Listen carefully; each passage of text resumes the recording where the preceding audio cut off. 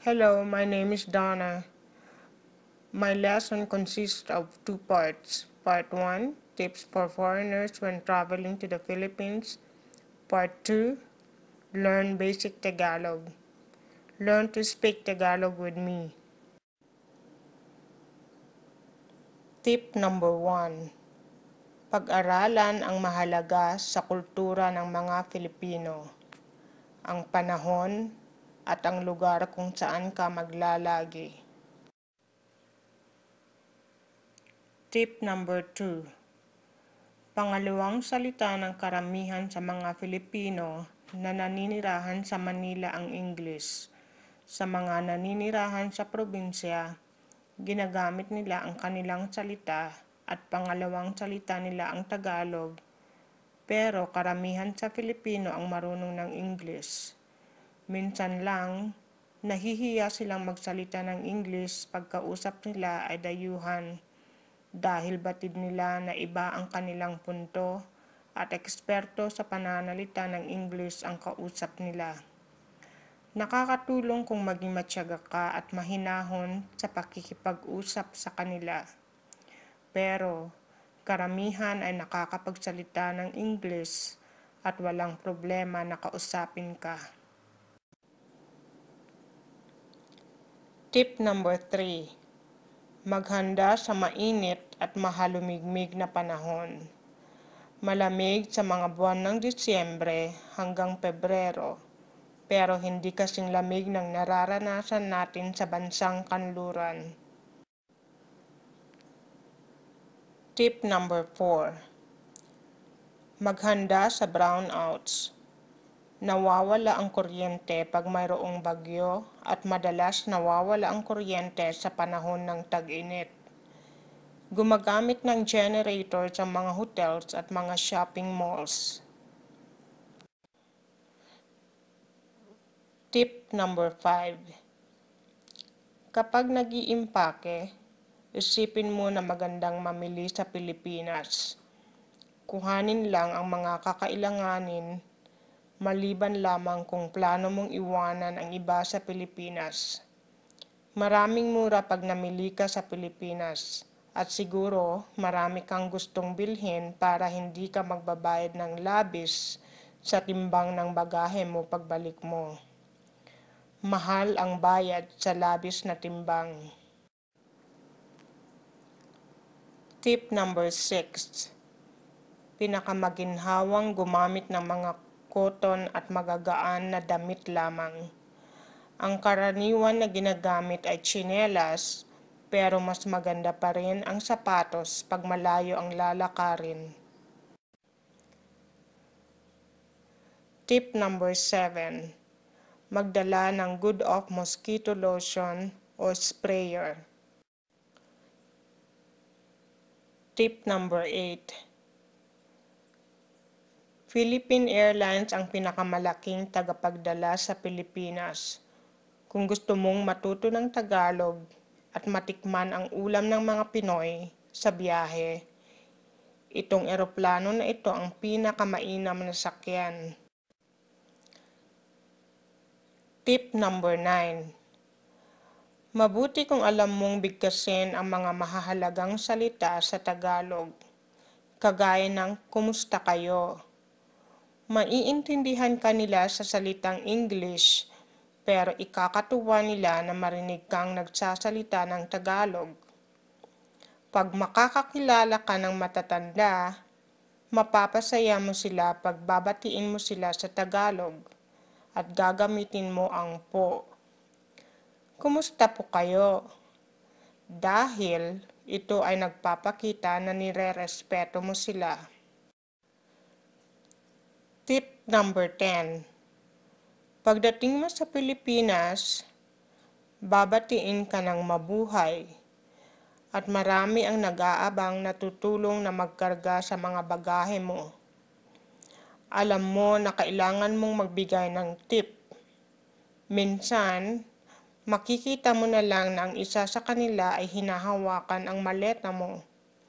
Ito ay agresibong paraan para makapagsilbi sila sa iyo, pero kung hindi mo kailangan ang tulong, sabihin mo lang, Salamat, kaya ko ito. Tip number 11. Kung sasakay ka sa taxi papunta sa hotel, karaniwan na kinukuha ang plate number. Tanungin ang driver kung gumagana ang kanyang meter. Sabihin mo na kunin ang pinakamalapit na rota. Masaya silang kausap. Pwede mo silang tanungin ng personal kagaya ng, kumusta ang pamilya natin? Kumusta ang pagmamaneho natin ngayon? Gusto ng mga Filipino na pag-usapan ang politika. Kumustahin mo ang trabaho ng presidente. Tip number 12. Matumal ang daloy ng sasakyan sa Manila sa mga oras na marami ang tao sa daan. Marami ang tao sa mga oras ng alas 7 hanggang alas 9 sa umaga at alas 4 hanggang alas 10 naman sa gabi. Namimili ang mga tao sa katapusan ng linggo, kaya kahit anong oras sa mga araw ng Sabado at Linggo ay pwedeng maging matumal ang daloy ng sasakyan. Tip number 13. Ang mga Pinoy ay likas na magaling maglingkod. Gusto nilang maglingkod sa lahat ng oras. Ano man ang kahilingan mo, ibibigay nila lahat ang kaya nila para mapagsilbihan ka. Huwag mo lang silang lukohin dahil alam nila pag ginawa mo ito. Tip number 14. Alamin mo ang mga kilalang ulam sa kanila na pwede mo ring subukan katulad ng adobo, sinigang, leche flan, at ang kilalang pandesal. Kung pagsisilbihan ka sa hapagkainan, madalas tinidor at kutsara lang ang ibibigay kasama ang plato mo. Pwede mong hilingin na bigyan ka rin ng kutsilyo. Tip number 15. Maghanda sa tag-ulan, baha at bagyo. Nangyayari ang mga ito sa buwan ng Mayo hanggang Disyembre. Tip number 16. Uminom ng bottled o filtered water. Huwag kumain ng mga pagkain na nabibili sa mga kalsada para maiwasan ang magkasakit. Tip number 17. Karamihan sa mga Filipino ang mahilig mamili, magsaya, lumalabas at nagkakaraoke. Makakakita ka ng karaoke sa lahat ng dako. Pag-aralang kantahin ng mabuti ang My Way o Dancing Queen dahil karamihan sa kanila ay magaling kantahin ang mga ito na parang sa American Idol. Tip number 18. Huwag ipakita na mayroon kang hawak na maraming pera para maiwasan ang mga magnanakaw. Pwedeng gumamit ng credit cards or debit cards pero hindi nila tinatanggap sa maliliit na pamilihan. Alamin lang ang mga pamantayan sa ligtas na paggamit ng mga ito. Ginagamit ko lagi ang debit card ko sa Pilipinas nung nakatira ako doon at wala naman akong naging problema sa seguridad. Huwag magalit pag ang mga opisina ay nakasara sa tanghali. Marami sa mga negosyo ang nagsasara sa mga oras na ito dahil nanananghalian lahat. Tip number 20. Huwag magalit pag sinabi, sandali lang po, at sobrang matagal ang paghihintay. Minsan nangyayari ito. Tip number 21. Magandang mamili sa Divisoria at Baclaran dahil mura ang mga bilihin. Pero huwag pumunta kung walang kasama na Filipino. Mas ligtas ang mamili sa mga shopping malls katulad ng SM o Robinsons Shopping Mall. Tip number 22. Ang mga Filipino ay mahilig sa katuwaan, kaya siguro ang Department of Tourism ay gamit ang tema na "It is more fun in the Philippines." Ang kasiyahan sa kanila ay simple lang. Kausapin mo lang sila at samahan mo lang silang magbisikleta, manood ng teleserye o magkaraoke, masaya na sila. Marami ang pwedeng gawin sa Manila. Pero pag ang gusto mong gawin ay mag-hiking at makita ang tabing dagat, kailangan lumabas ka sa Manila. Tip number 23. Huwag mong sabihin, hindi mo kaya magsaya ng buong magdamag o buong araw dahil karamihan sa mga kasiyahan na ginaganap nila ay buong araw o magdamag. Tip number 24. Gusto nilang makita ang reaksyon mo kung titikman mo ang kanilang pagkain. Okay lang pag hindi mo gusto ang mga ito. Gusto lang nilang makita ang pangyayari na ito sa isang dayuhan. Subukan mong kumain ng balot. Tip number 25. Hindi mahirap gawin ang ngumiti lang pag hindi mo nagustuhan ang kinakain nila o kakaiba sa iyo. Tip number 26. Pwede kang mamuhay na parang reyna o hari. Ang mga Pinoy ay magaling magsilbi. Hindi sila hihingi ng bayad pero maiintindihan mo na matindi ang pangangailangan nila. Kaya maganda rin kung bibigyan mo sila ng regalo o pera kung masaya ka sa serbisyo nila. Hindi kailangan na bigyan sila. Tip number 27. Maraming pwedeng gawin sa Manila, pero huwag lang manatili doon. Kung pwede sa iyo ang maikli na biyahe sa eroplano, ang mga lugar ng Palawan at Boracay ay magagandang tanawin na dapat puntahan. Kung gusto mong makita ang buong Luzon, pwedeng hindi sumakay sa eroplano. Pwedeng magmaneho sa mga lugar katulad ng 100 Islands sa Pangasinan, Baguio City, Tagaytay City at mga magagandang tabing dagat sa norte. Tip number 28. Magdala ng pagkain pag nagbibiyahe ng malayo. Mayroon ding mga bilihan pero pwedeng hindi mo magustuhan ang mga ito. Pag nasa probinsya ka, pera na hawak ang kadalasan na ginagamit na pambili. Tip number 29.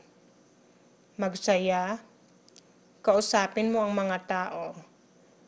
Tanungin mo sila ng kahit ano.